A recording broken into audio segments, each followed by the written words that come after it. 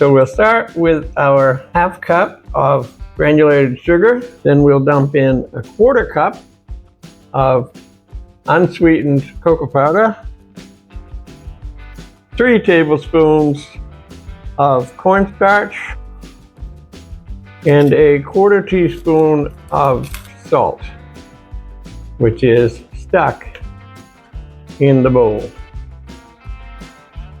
We're gonna mix this up a little bit. And then we're going to pour in a cup and a half of whole milk. And we'll give that a quick little stir as well. And then a half cup of heavy cream. And I think I'm going to use a whisk in here for a minute. We want to stir constantly because we don't want it burning to the bottom of the pan. Starting to get warm and smell absolutely delicious. And we're going to stir this until it starts to thicken up. Starting to thicken now. You can probably see that it's thicker in the sloshing around. So I'm going to pick up the tempo on my stirring just a little bit. You can see this fat was leaving trails. It should bubble here any second. There's 1, 2. Okay, we're getting bubbling now, so we're going to let it cook about another minute.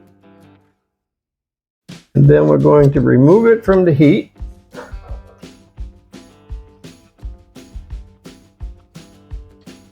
Okay, I'm going to remove it from the heat. Then I'm going to add a teaspoon of vanilla extract.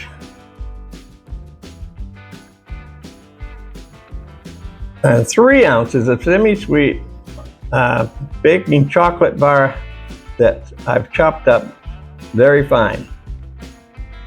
And we're going to stir that until that's melted in.